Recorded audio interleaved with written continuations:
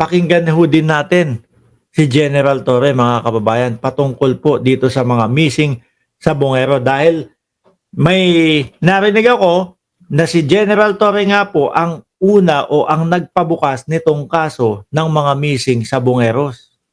IDG pa lang siya. May itinapong mga labi sa Taal Lake, may itinapong mga labi ng mga nawawalang sa Bungero. Pagsisiwalat yan ng hepe ng PNP na nilapitan na umano ng whistleblower na si Dondon Patidongan nung nasa CIDG pa lang siya. Nakatutok si Jude. Lumapit na sa kanya si Patidongan nung nasa CIDG pa lang siya. Kaya yun nga yung sinasabi nila na si General Torre ang nagsabi, meron akong witness na makakapagturo kung nasaan yung mga labi at kung paano ituturo yung mga mastermind daw. Venerasyon. Doon, total Isa sa mga nakagigimbal na revelasyon ni Dondon Patidongan alias Totoy, sa Taal Lake umano itinapon ang katawan ng mga bising sa Bungero. Pero sabi ni PNP Chief Nicolas Torre III, based on our information, hindi naman sa Taal ang disposal, no? Hindi lang sa lake ang disposal. May mga areas pa. At yan naman ay mga ini-examine na namin. hindi na ididetalye ni Torre kung saan mga lugar pa sila naghahanap para hindi aniya madiskari ng investigasyon. May mga sinabi, Kasi kapag ka nalalaman, sorry eto nasa isip ko lang ho ito, mga kababayan. Kumbaga, naisip ko lang pag nalalaman, biglang may pagsabog ng bulkan. Biglang may pagsabog ng bulkan na mangyayari. Kaya siguro ngayon, ayaw nang ipagbigay o ayaw nang ipaalam. okay? So, malalaman natin yan pag na-recover na natin ang mga katawan. Bago pa man lumabas ang mga revelasyon ni Patidongan, matagal na aniya itong alam ng PNP. Inamin din ni Torre sa unang pagkakataon na bago siya italaga bilang PNP Chief, ay lumapit na sa kanila si Patidongan at ibinunyag ang nangyari sa mga missing sa Bungero. Sa EDG pa ako na sinimulan nito. Okay? Sa EDG pa ako nang nakuha namin si Totoy at nagbigay ng information sa amin. I was very shocked. Karumal-dumal naman talaga ang nangyari. Hindi talaga not acceptable by any standards. Pero hindi kinalimutan ni General Torre. Di ba? Kaya pang makita ang mga buto.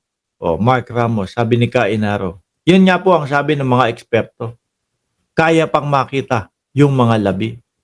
No, dahil nga daw, depende kung gaano kalalim yung pinagpuntahan ng mga bangkay, wala na daw mga doon. Mga tawag dito. Wala na oxygen. No? Tuloy. Nasa protective custody ngayon ng PNP si alias Totoy.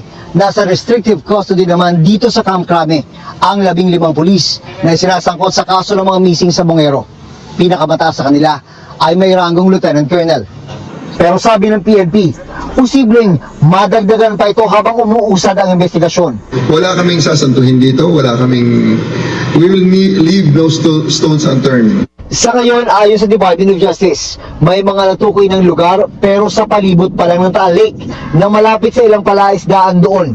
There will be layers of sediments because there are eruptions going on.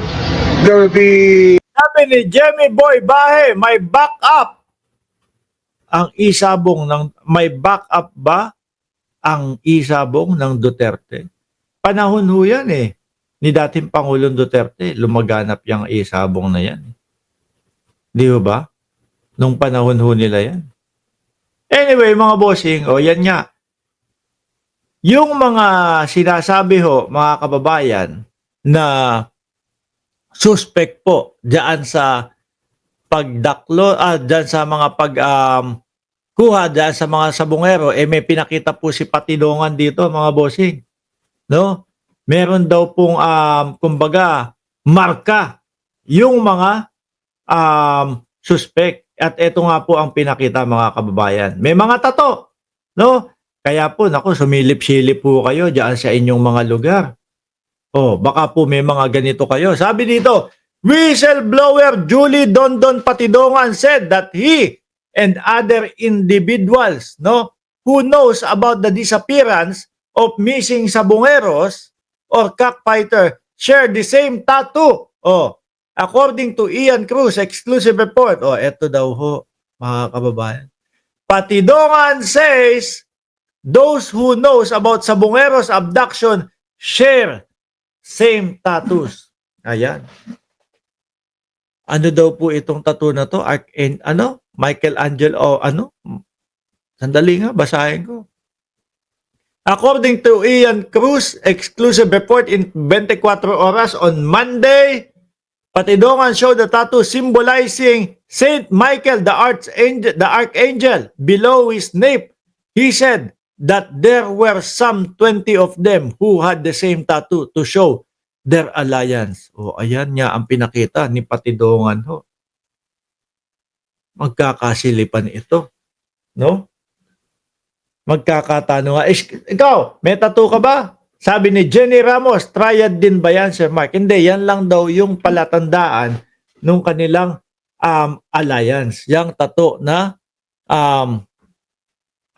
Michelangelo. Saint Michael, the archangel. Oh. Yan daw ho, mga bossing. Nako, silip-silip kayo. Diyan sa inyong mga sa inyong mga kapitbahay. Baka may makita kayong mga ganitong tattoo, mga bossing. Ayan po, GMA7 ang naglabas ng balita na ito. Ang nagpakita o ang pinakitaan ni Patidongan ng tattoo na ito, mga bossing. Sabi ni Ma'am Lynn Mariano, hello, Boss Mark. Oh. Sino pa nandito? Sabi ni Sir Archie Beroya, makukuha pa siguro mga buto basta exact location sisirin nila. Rektahan na po kaso sabi, malawak daw po yun No? Malaking lugar daw po yun Oh, una siguro maghahagilap, tapos pag umabot na doon sa kung saan yung lokasyon, ayun, sa pool na. Lalo hong paniniwalaan si Patidongan o si alias Dondon o si alias Totoy pagkaho una payagan. Di ba? Una, pag pinayagan ng P-Box na kalkalin po yun. Kaso mukhang merong, ito yung pinapakita natin. Meron pong ang P-Box may banta po ang P-Box, mga kababayan Sa Taal update, ayan Siyempre ho, sasabihin nila, hindi pwede, bawal, no? Kasi delikado ngayon ang Taal. Baka kayo masabugan. Ayan. Dapat ginawa din ni Pulong yan. Ipakita ang dragon sa likod niya. Hindi nga Ewan ko kay Pulong, ba't hindi pa pinakita? Total naman, ang sinasabi niya wala siyang alam o wala siyang tato. Sabi ni Senaida Plogio, kawawa yung mga pinatay, kadami yung mga kaluluwa nila umiyak sa sinapit nila. Sana magkaroon na sila ng hustisya at manahimik na ang mga kaluluwa nila. Sa ngayon ho, mga boss chipa mo, sir, yan pong balita po dyan, gitna lang po talaga tayo, no? Mahirap pong kumiling agad dyan dahil wala pa naman po tayong mga nakikita. Lahat po yan, hearsay muna, no? Ang importante ito, meron tumatayo na sinasabi na testigo daw po siya at nabibigyan ng pag-asa yung mga kamag-anak ng mga Sabongeros, mga boss. Kapagod. Mga boss chipa mo, sir. 700 viewers. Ako po ay magpapaalam na sa inyo, no? Kakatapos lang po ng dito sa amin, ng long weekend. Kaya medyo magpapahinga na po. Maraming salamat. Huwag niyo pong kalimutan na mag-subscribe, mag-like, at mag-share po. At doon sa late naman po, pwede niyo naman po itong panoorin ng replay. Maraming salamat and God bless po sa ating lahat, mga boss.